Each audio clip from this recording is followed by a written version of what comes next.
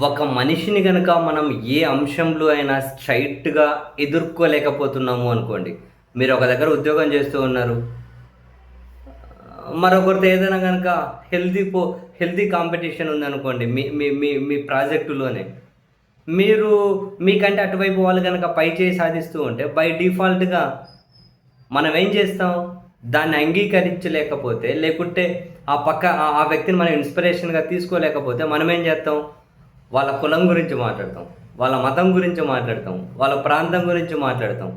వాళ్ళ హైట్ గురించి మాట్లాడతాం. వాళ్ళ కలర్ గురించి మాట్లాడతాం. వాళ్ళ ముక్కు గురించి మాట్లాడతాం. వాళ్ళ మొహం గురించి మాట్లాడతాం. వాళ్ళేసుకునే సొక్కా గురించి మాట్లాడతాం. వాళ్ళేసుకునే చెప్పులు, షూ గురించి కూడా మాట్లాడతాం. అంతేనా? ఒక మనిషిని మనం స్ట్రెయిట్ అవే ఎదుర్కోలేకపోతే, అప్పుడు మన బలహీనతను, మన చేతగానితనాన్ని మనం కప్పిపుచ్చుకోవడం కోసం ఇటువంటి వాటితో ఎదుటి వాళ్ళను ఏదో విధంగా డిస్క్రిమినేటో లేక ఏదో విధంగా ద్వేషం, జిమ్ము అట్లా ఎదుర్కొంటాం. చాలామంది చేస్తూ ఉంటారు ఇటువంటి చీప్ ట్రిక్స్. కానీ అధికారంలో ఉన్నవాళ్ళు చెయ్యకూడదు. హుందాగా అంటే పెద్ద పెద్ద స్థానాల్లో ఉన్నవాళ్ళు చెయ్యకూడదు. కానీ ఆంధ్రప్రదేశ్ రాజకీయాలను గమనించండి. జగన్మోహన్ రెడ్డి అన్న వ్యక్తి 5 సంవత్సరాలు పరిపాలించినప్పుడు ఎప్పుడే కూడా ఒక మతం గురించో, ఒక కులం గురించో ఎదుటి ప్రత్యర్థులను టార్గెట్ చేయాలి అని చెప్పి ఎప్పుడూ అనుకోలే.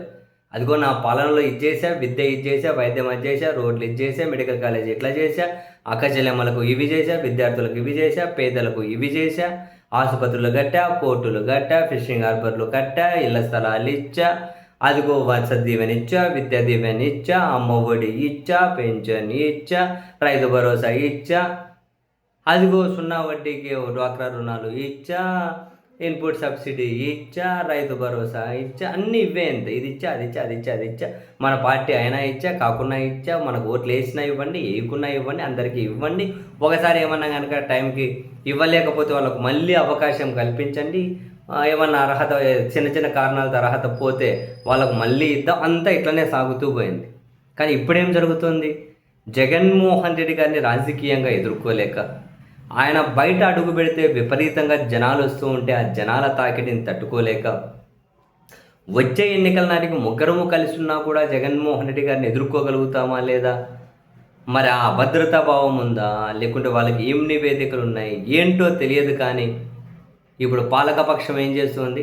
జగన్ గారిని ఎదుర్కొనే క్రమంలో ఆయన కులం గురించి మాట్లాడుతూ ఉన్నారు, ఆయన మతం గురించి మాట్లాడుతున్నారు, ఆయన విశ్వాసం చూపే దేవుడి గురించి మాట్లాడుతున్నారు. అందరి మీద విశ్వాసం ఉంటుంది, ఎవరి ఇష్టం వాళ్ళది. దేవుడి గురించి మాట్లాడుతున్నారు, దేవుడి ప్రసాదాల గురించి మాట్లాడుతున్నారు. అక్కడికి కూడా ఆగకుండా ఆ ప్రసాదం అంటే కూడా జనాల్లో అసలు ఒక జలధరింపు కలిగే విధంగా లెట్రిన్లో క్లీన్ చేసే కెమికల్స్ అంటారు, పిగ్ ఫ్యాట్, కౌ ఫ్యాట్ అంటారు. దారుణంగా జగన్ హైట్ గురించి మాట్లాడతారు, జగన్ వేసుకునే చెప్పుల గురించి మాట్లాడతారు, జగన్ వేసుకునే షర్ట్ల గురించి మాట్లాడతారు, జగన్ నవ్వే నవ్వు గురించి మాట్లాడతారు, జగన్ పెట్టే దండం గురించి మాట్లాడతారు. ఇట్లా మాట్లాడుతున్నారు, స్ట్రైట్ అవే ఎదుర్కోలేకపోతున్నారు అంటే దాని అర్థం ఏంటి? మన బలహీనతను, మన ప్రత్యర్థిని ఎదుర్కోలేని మన చేతకానితనాన్ని మనం దాచిపెట్టుకునే ప్రయత్నం చేస్తూ ఉన్నామని.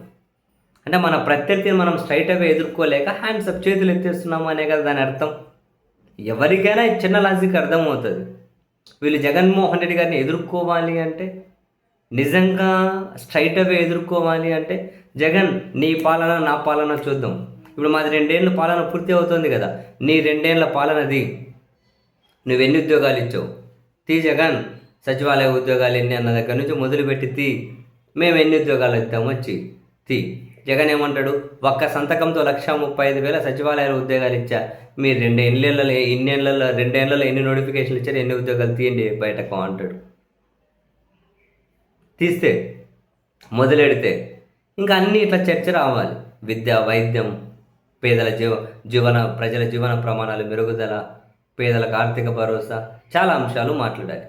వీళ్ళు జగన్ ఎదుర్కోవాలంటే ఆ చర్చ జరగాలి. వీళ్ళ పాలనను జగన్ పాలనను కంపేర్ చేయాలి. కానీ అది జరుగుతుందా? ఎక్కడైనా మీకు కనిపిస్తుందా? జగన్ ఆర్థిక విధ్వంసం చేశారు. ఎట్లా చేశారు, మేము ఎట్లా నిలబెడుతున్నాం, వీళ్ళు చెప్పారా? మీరు ఎప్పుడైనా విన్నారు? జగన్ రాక్షసత్వం చూపించారు. ఎట్లా? వీళ్ళు ఏమైనా ఎప్పుడైనా ఆధారాలు చూపించారా? మీరు చూసారా? మీరు నమ్మారా? నేనైతే చూడలే. హా, దా అరాచకాలు రాక్షసత్వం అంటే ఇళ్ళ మీద దాడి చేయడం, పెట్రోల్ బాంబులు వేయడం, తగలబెట్టడం, ధ్వంసం చేయడం, పోలీసుల సమక్షంలోనే ఇవన్నీ చేయడం. ఇవన్నీ ఎవరి మీద అయితే చేస్తారో వాళ్ళనే మళ్ళీ చేయించుకున్న వాళ్ళని తీసుకెళ్ళి అరెస్ట్లు చేసి సెంట్రల్ జైల్లో పడేయడం. దీన్ని కదా రాక్షసత్వం అంటారు. దాడులు చేసిన వాళ్ళేమో స్వేచ్ఛగా బయట మందావుతూ తిరుగుతూ ఉంటారు, 2 పెగ్గులేసి తిరుగుతుంటారు. మళ్ళీ నేను నేను నేను నేను ఆ టీవీ పగలగొట్టింది నేనే, నువ్వు టీవీనే పగలగొట్టేవా, నేను నిప్పు పెట్టింది నేనే, మీరన్నా కనుక మురుగు ఏమైనా చేశారా, నేనైతే పోలీసుల సమక్షంలో నేను తగలబెట్టినప్పుడైతే పోలీసు నా పక్కనే ఉన్నాడని చెప్పి ఇంకొకరు దప్పుగా ధైర్యంగా కాళ్ళ ఎగరేసుకుంటూ 2 పెగ్గులేసి మరీ మాట్లాడుకుంటూ ఉంటారు. కానీ ఇవన్నీ చేయించుకున్న బాధితులేమో జైళ్ళల్లో ఉన్నారు. ఫెయిర్ పాలిటిక్స్ అంటారా, ఫెయిర్ గవర్నెన్స్ అంటారా, ప్రసాదం గురించి, మతాల గురించి, నవ్వు గురించి, వేసుకునే షర్టు గురించి, వేసే అడుగుల గురించి, ఒక మనిషిని ఒక రాజకీయ పార్టీని ఎదుర్కోవాలి అంటే ఇదా? జగన్ అధికారం ఉన్నప్పుడైనా వీళ్ళు ఆయన ఎదుర్కొనే పద్ధతి ఇదే. జగన్ అర్ధరాత్రి లేచి ఆత్మలతో మాట్లాడతాడు అనేవాళ్ళు. ఆయన బెడ్రూమ్లో ఆయన ఉంటే ఆయన ఇంట్లో పడుకునే దగ్గర నుంచి దయాలతో మాట్లాడుతారని చెప్పి వీళ్ళకెట్ట తెలుసు అన్న లాజిక్ ఎవరికి సంబంధం లేదు. జగన్ ఏమైనా చెప్పింటాడా? ఇంకెవరు చెప్పాలి? జగన్ గారి ఇంట్లో వాళ్ళు చెబుతారా? ఏంది అంటే అట్లేం లేదు. ఏదో విధంగా డిగ్రేడ్ చేయాలి. జగన్ మరి విధానపరంగా ఎట్లా ఎదుర్కొంటారు? జగన్ ఇచ్చిన సంక్షేమం కంటే మేము ఎక్కువ ఇస్తామని అధికారంలోకి వచ్చారు. ఇచ్చారా? జగన్ రాష్ట్రాన్ని అప్పుల పాలు చేశాడో మేము నిలబెడతామన్నారు. ఎవరి హయాంలో అప్పులు ఎక్కువ జరుగుతున్నాయి?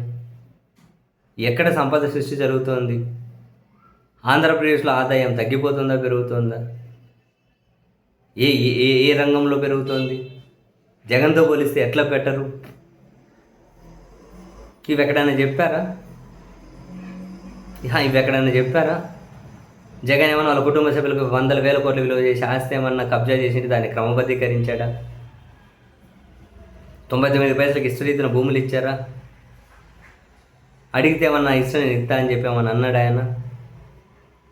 అసలు ఏమీ లేవు. అయినా కూడా ఏదోగా దుష్ప్రచారము, తప్పుడు ప్రచారం, డిస్క్రిమినేషను, హేట్రెడ్, కులము, మతము, దేవుడు, ప్రసాదం, హైటు, నవ్వు, డ్రెస్సు, చెప్పులు, ఇట్లా నా ఒక వ్యక్తిని ఎదుర్కొనేది వీటి మీదనా? దాని అర్థం ఏంటి? స్ట్రైట్ అవే ఎదుర్కోలేకున్నాం, చేతులు ఎత్తేయడమే. ఇంకా మనం జగన్ మీద ద్వేషంనే మనల్ని అభిమానించే వాళ్ళలో నింపేసి ఆ ద్వేషాన్ని పెట్టుబడిగా పెట్టి మనం రాజకీయం చేయాలి అని చెప్పి పాలకపక్ష పార్టీలు సిద్ధమైనట్టు స్పష్టంగా కనిపిస్తూ ఉంది. జనాలు నిర్ణయించుకోవాలి, హేట్రెడ్ మీదనే ముందుకెళ్ళాలా, ఆ హేట్రెడ్తో మనకెందుకు రా బాబు, రాష్ట్రం బాగుంటే చాలని ముందుకెళ్ళాలని జనం నిర్ణయించుకోవాలి.